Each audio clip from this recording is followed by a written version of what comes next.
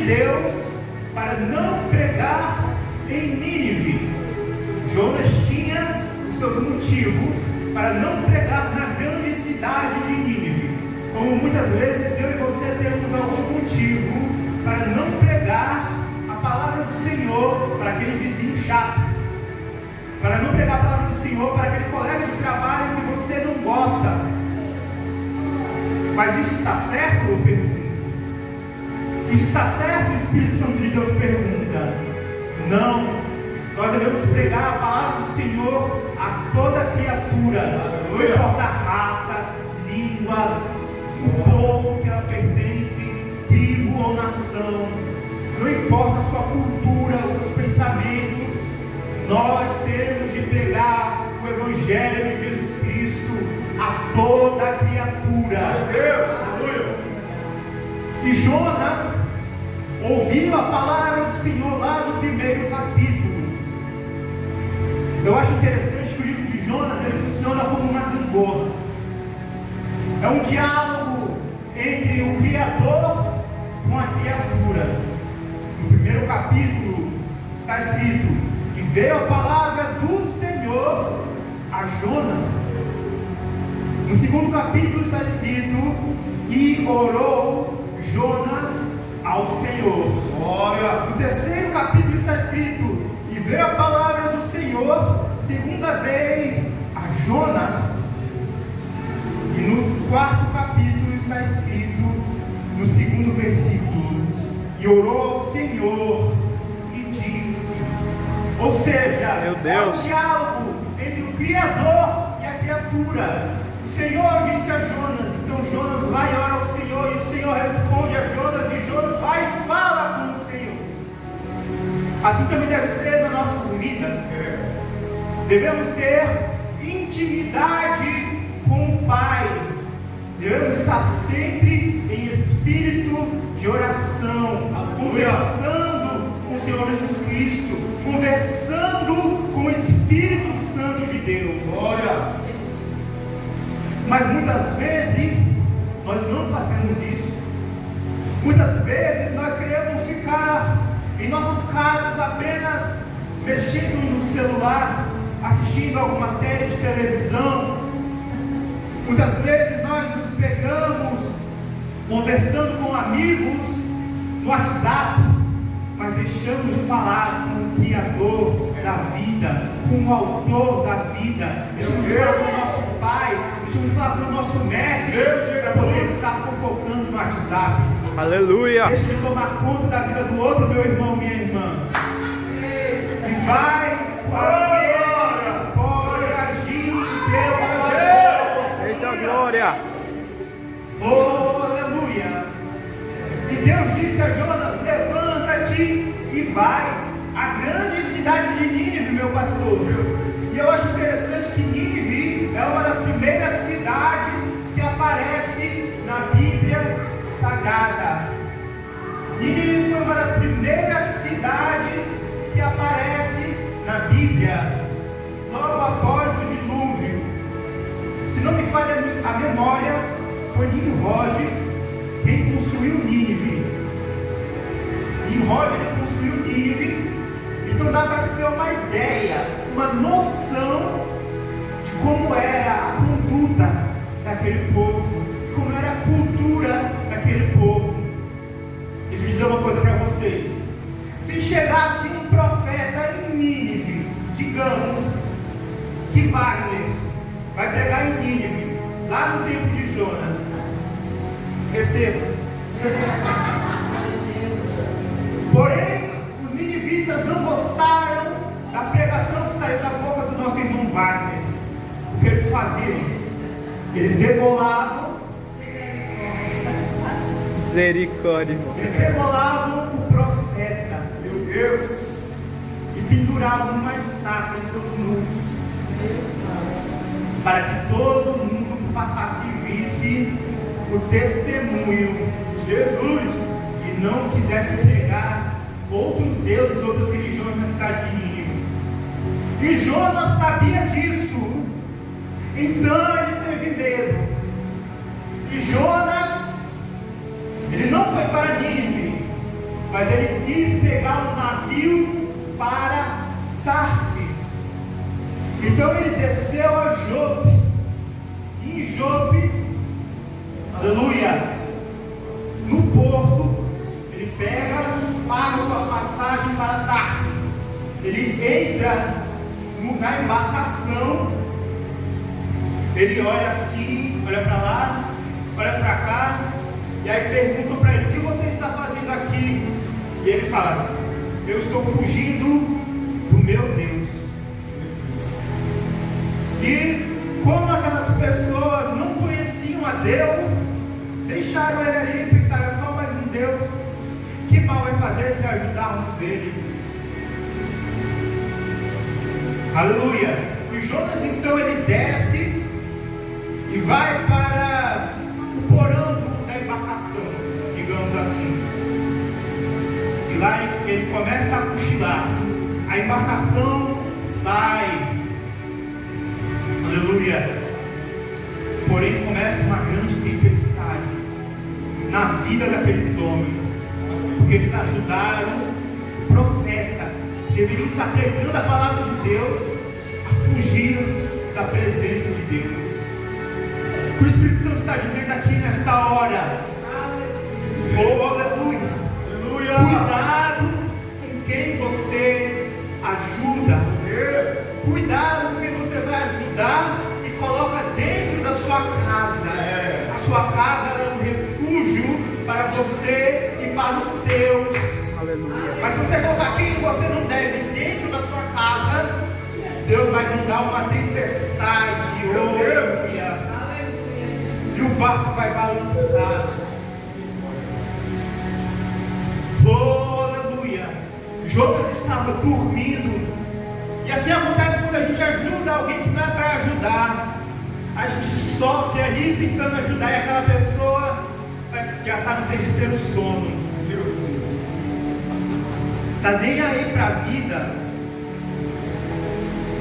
Oh, aleluia. Então os marinheiros começam a jogar os seus mantimentos, tudo que havia ali na embarcação de peso, de cargas, eles começam a jogar ao mar, começam a tirar ao mar, e nada da tempestade passar. A tempestade não passava, pelo contrário, estava ainda pior. O navio quase vinha a naufragar, meu pastor. Oh, aleluia. Deus. Tudo porque Jonas não queria pregar a mensagem do Senhor. Tudo por conta do medo do profeta. Olha para o irmão que está do seu lado e diga: pregue a mensagem que eu te digo. Este é o tema da mensagem de hoje. Glória a Deus. Pregue a mensagem que eu te digo. Jonas estava com medo. Ele se escondeu no porão do navio, mas Deus sabia onde ele estava. Eita. Deus sabe onde os crentes vão se esconder de sua presença, e ele vai lá com a sua mão forte e o arranca para fora. Meu Deus. Oh, aleluia. Deus. Glória a Deus. Glória. E os marinheiros, os marujos, começam a perceber que estava muito estranho, começam a clamar ao seu Deus e falam: o que está acontecendo aqui? Algo sobrenatural que está acontecendo. Tem alguma coisa errada aqui. E alguém se lembra que Jonas estava lá no porão da embarcação. E então o capitão desce lá e fala: ô, dorminho, acorda, está tendo uma grande tempestade lá fora, venha que precisamos de sua ajuda.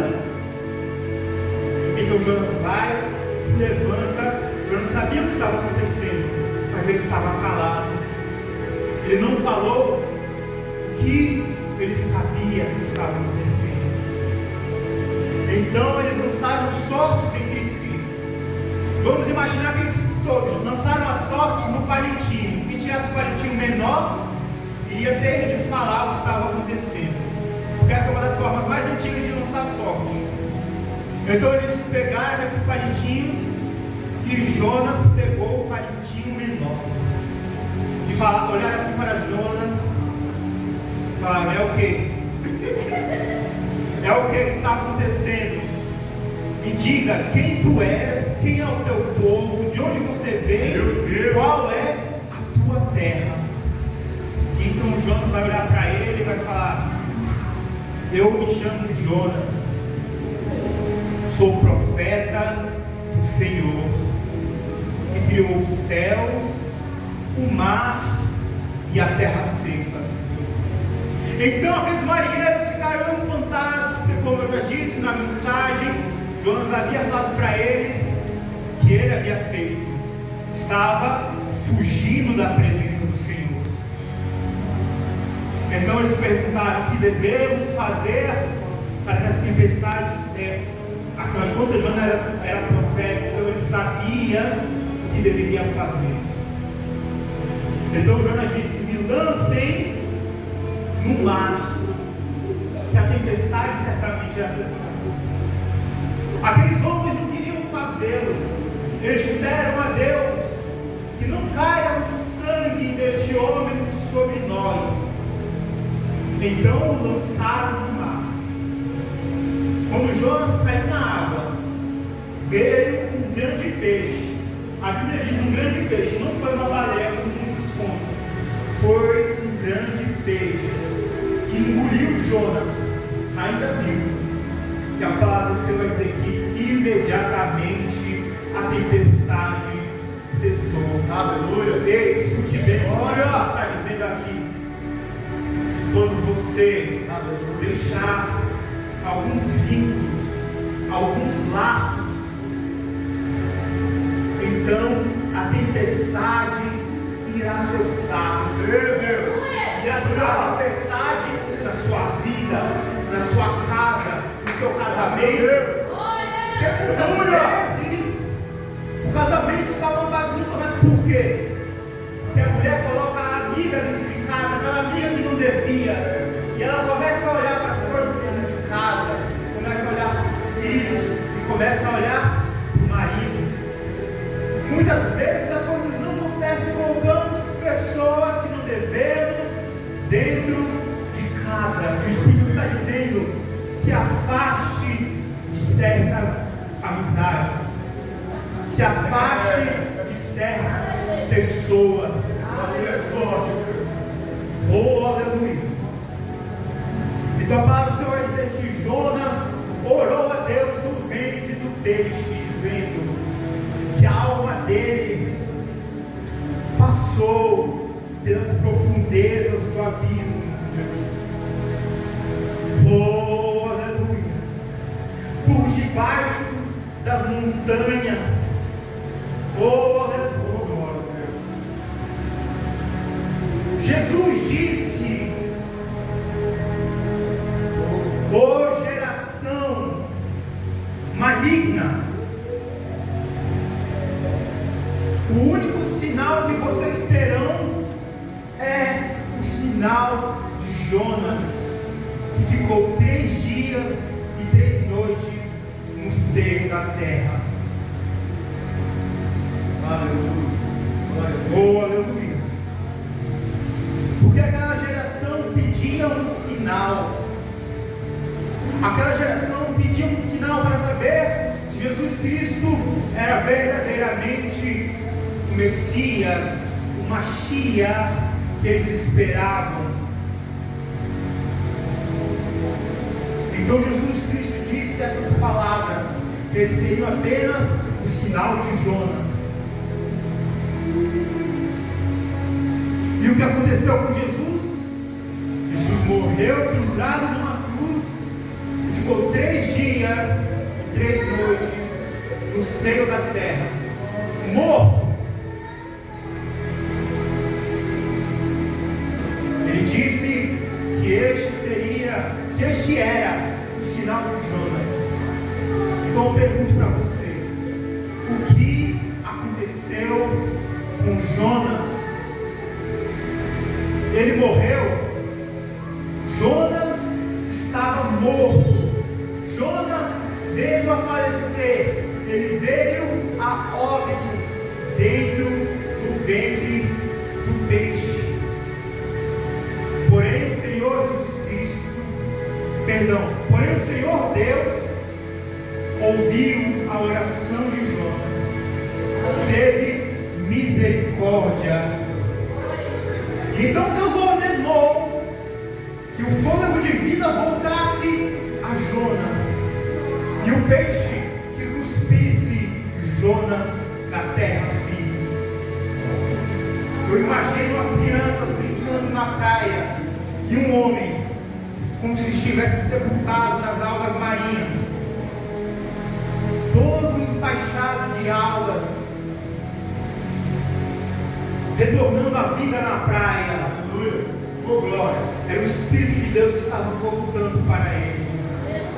Aquelas crianças correndo com medo e o profeta se levantando, agora imparável para pregar o Evangelho, para pregar a mensagem que Deus havia dito a ele.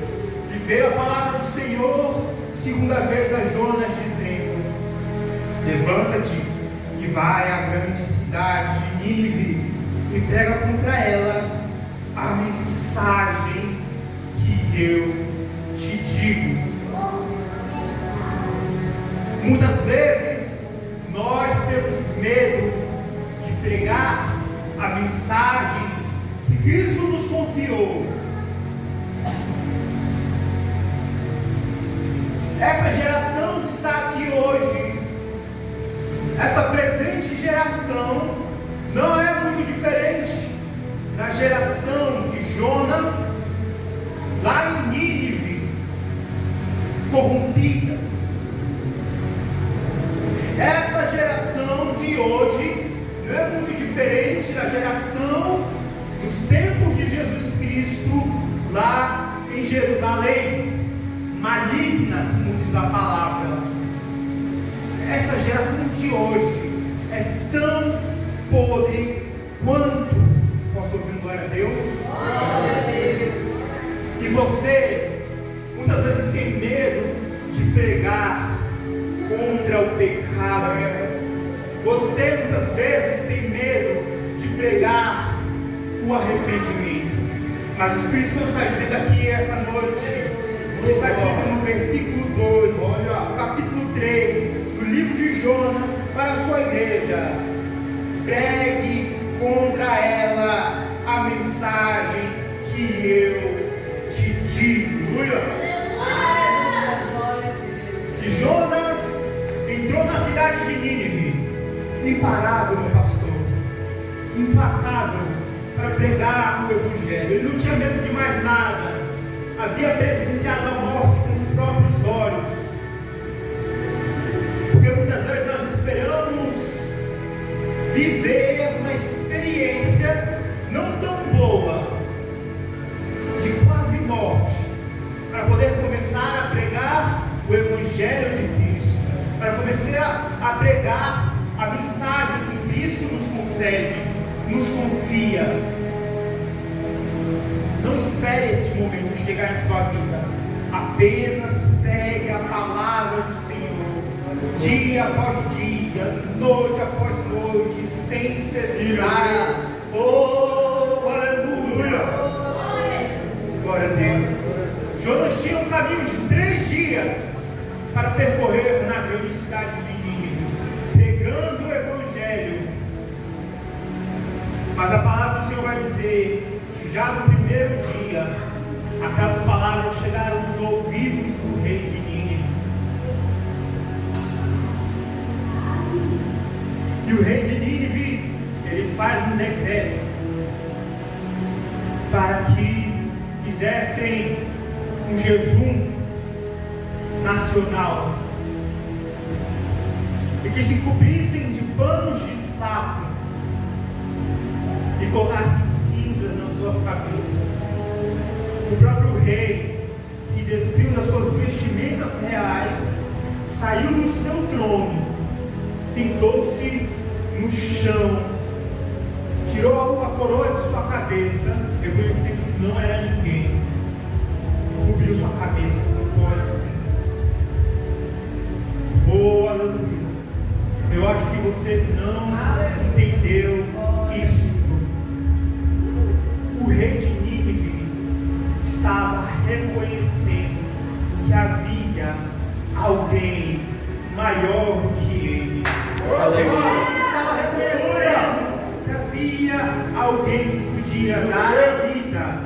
também tirá-la, tomá-la de volta. Oh, aleluia! Glória!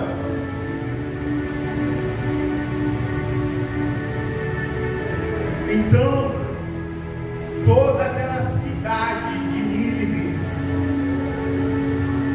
aleluia, está agora se arrependendo. E você acha que o profeta Jonas achou bom, se alegrou?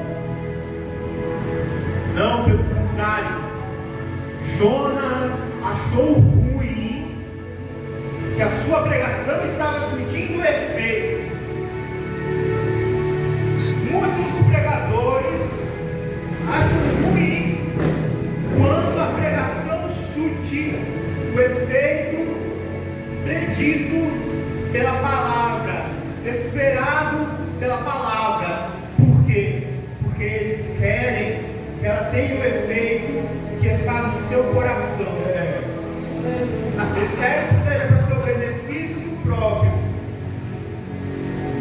Querem encher o bolso de dinheiro. Porque o Deus deles não é o Deus de Abraão, Isaac e Jacó. O Deus deles é Mamon, é o dinheiro. Oh, aleluia! Mas eu creio que o Senhor Jesus Cristo está levantando um povo aqui esta noite. Glória! Santa Cruz do Capibaribe, Glória! a comunidade cristã, tempo de restituição, que o adore em espírito e em verdade, que prega a sua palavra em tempo e fora de tempo, com a glória a Deus.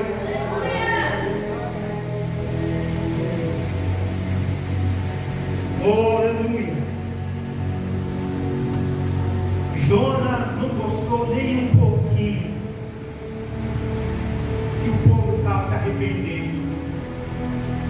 Jonas queria ver a destruição daquela cidade. Fique de pé que eu já estou terminando.